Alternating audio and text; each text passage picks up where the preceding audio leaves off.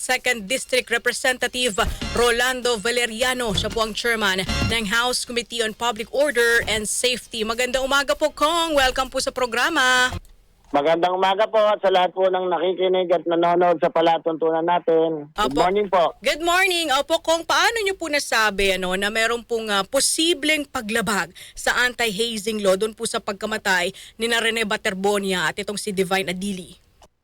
Well, binasa ko po yung batas at sa totoo lang, it can be considered na hazing kasi yung ginawa nila, hindi naman usual practice yun, hindi naman usual na kasama ng isang kung ngayon nakalagay naman doon, fraternity or club or association. Pasok po sa anti-hazing law. And it is a big no dito sa atin na sa anti-hazing law, pwedeng initiation but not hazing. Di ba? Magkaiba po yung meaning ng initiation tsaka ng hazing. Opo. At dapat yan merong kumbaga merong nakasubaybay na from the school, not only the courts pero malinaw na malinaw puro sa batas na yan dapat may approval ng school yung gagawin nila. At the same time, dapat yan merong patnubay o may guardianship ang school habang ginagawa yan. So with that, and besides, yung ganong klaseng practice can be considered as hazing. Kasi nga po, di ba, para silang isang club, tapos meron silang ganon. Malamang nga yan, meron pang bakal na nilagayan sa paa, kaya siguro nahirapan yung tao dahil sometimes sabi nila pampataas ng lundag, pero siguro nowadays po hindi na dapat ina-apply. Pero para po sa inyo, saan po nagtatapos o yung boundary nung mahigpit na tinatawag na athletic training? Kasi ayon po sa ilang mga coach na ating napanayam ng mga previous episodes, mahigpit daw po kasi talaga ang ginagawang pagsasanay kasi nga lalahok po sila sa UAAP, At saka saan po nagsisimula yung posible pong hazing? Kumbaga yung hangganan po nila, Kong. Ano lang po, nagkulang talaga sila ng konti sa regulations, sa rules. One is, kung gagawin mo nga yan, dapat yan, meron patnubay talaga ng school. Merong nakabantay, meron dapat na may lifeguard, kompleto. It seems na mukhang lahat po ng yun nag-failed. Pwede yung pag-higpit po, I have no questions with that. Pwede mo namang higpitan talaga dahil gusto mo mag-champion yung team mo. Pero the way it executed, mukhang may magkukulang po talaga si Coach Sam Baldwin. And even the Ateneo alone, sila rin may pagkukulang doon. So it's a mistake, let's face it, dahil hindi naman po mangyayari yung sakuna na yan, yung trahedya na yan, kung kumpleto yung ginawa nila na dapat yan, I think 15 days, if I'm not mistaken, sa anti-hazing law, dapat 15 days, merong pasubali na ang school, tapos ang school naman, nakalista sa kanya, yan bang ginawa ng Ateneo team?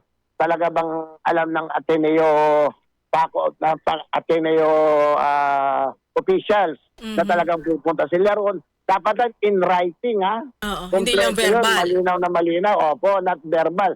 Sa ngayon, pwede nilang just parang scapegoat nila, alam namin yan, pero it must be in writing. Dapat yan, yung pamilya ng mga concerned, aware din sila na pupunta doon yung mga anak nila o yung kapatid nila, di ba? May waiver, kumbaga.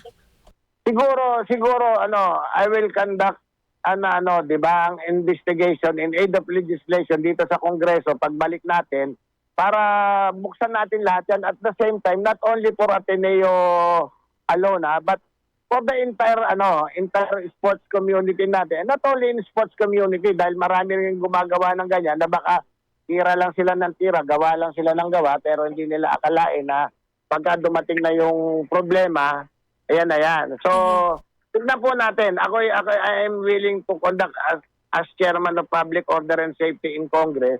Pagkakandak ako ng investigation in aid of legislation to unearth whatever is that. At ang logic naman natin dito, ang purpose natin dito, para wag na maulit. Yes. Andyan na yan Diba? Para wag na maulit yung ganyang mga sakuna, yung ganyang mga... Kasi sayang ang buhay ng bata, mga teenager Ayun po. Kailan yung target po natin na mapasimulan? Ito nga pong in aid of legislation investigation. Pwede naman ako mag-file ng resolution or ng House Bill in aid of legislation this week.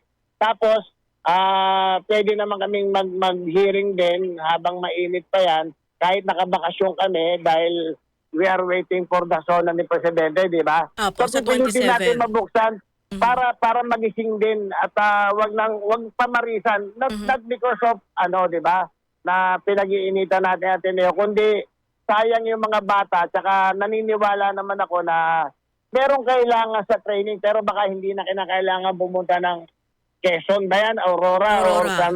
Or na alam na natin ang current at according to sa mga ibang bystander hindi lang first time na nagkakaroon ng ganyang may nalulunod because of the current iwasan na natin lalo na yung ganyang mga training. Lahat ng pwede natin gawin in aid of legislation, gawin natin ng para na sa ganon, wag na sana maulit yung ganyang mga insidente. Opo. Maliban po kay Coach Tab, sino pa po yung mga ipapatawag po ninyo doon sa nasabing pagdinig kong? Definitely the Ateneo officials and those player concerned yung nandun siya nung time na yon, and even the resort owner patatawag natin para malaman natin. Tapos kukuha rin tayo ng mga expertise. Nakikita ko dyan meron mga sports journalist na nababasa ko na ngayon. Magaganda yung mga comment nila. So siguro pwede natin kuhanan yung professional instinct nila plus other professional na makakatulong para magawa natin yung batas na yon. At para at the same time din, hindi rin maulit yung ganyang insidente. Opo. Ipapatawag nyo rin po. Opo. Sige po, go ahead po, Kong. Alam kong hindi rin naman gusto ni Coach Tam, Yes. very devastated sa dyan. Insidente. And even the Ateneo. Pero our purpose here is para wag maulit at malagyan natin ng barrier. Kumbaga kung kumpleto ang batas at kung aware ang school, not only the school, the association, the fraternity, and all others concerned, kung aware sila, definitely may konting pag-iingat. Diba? Opo. Kung kasama po ba sa inyong ipapatawag yung nagpakilalang asawa po nitong si Coach Tab na si Effie Calogiru? Ang sinasabi niya, may babala po kasi siya noon sa Ateneo patungkol sa kaligtasan ng mga student athlete sa ilalim po ng pamumuno nitong si Coach Tab. Pag-aaralan ko muna, pero baka infighting nilang dalawang mag-asawa yon. Ayoko na magamit yung kongreso sa away nilang mag-asawa, di ba? Medyo, ang tingin ko sa kanya, medyo hindi relevance di ba? Yung sinasabi niya, at baka nga tingin ko, masama ang loob niya dahil parang iwalay na sila 2022 or 2020, di ba? Opo. Tignan natin. Papanoorin ko maigi yung sinabi niya at kung makakakuha, in the first place, mukhang wala siya rito sa bansa natin, sa bayan natin. So, tignan natin kung pwedeng under oath pero nakasum siya. Let's see. Opo. Kung meron po ba kayong balak na magpanukala ng bagong pulisiya? Kasi meron pong ilan na nagpapanukala na ipagbawal na po itong open sea training. Posible po ba yung imungkahi po ninyo dito nga po sa gagawing pagdinig po ng inyong komite? Hindi ipagbawal, kundi lagyan ng mga safeguard ang nakikita ko dyan. Right. Kasi kanya-kanyang style naman, tayo naman dumandi sa ganyang laro, di ba? Kanya-kanya yan. At to be fair, talaga namang very competitive yung team ng Ateneo. Siguro at dapat yan, ipagbawal na. One is yung out campus or kung meron man, let us make sure, halimbawa, baka pwede sa swimming pool gawin yan o doon sa lugar ng medyo sugat. Pangalawa, dapat fully aware yung institution pagka ginagawa yan. I still believe na siguro ngayon lang nila nalaman, kaya siguro matagal na panahon na naging tahimik ang Ateneo official sa pagbibigay ng statement kasi ingat na ingat sila dahil tingin ko inaalam din nila yan ba usual practice ni Coach Tam na every year pa pero meron na ako information na mukhang every year ginagawa niya yan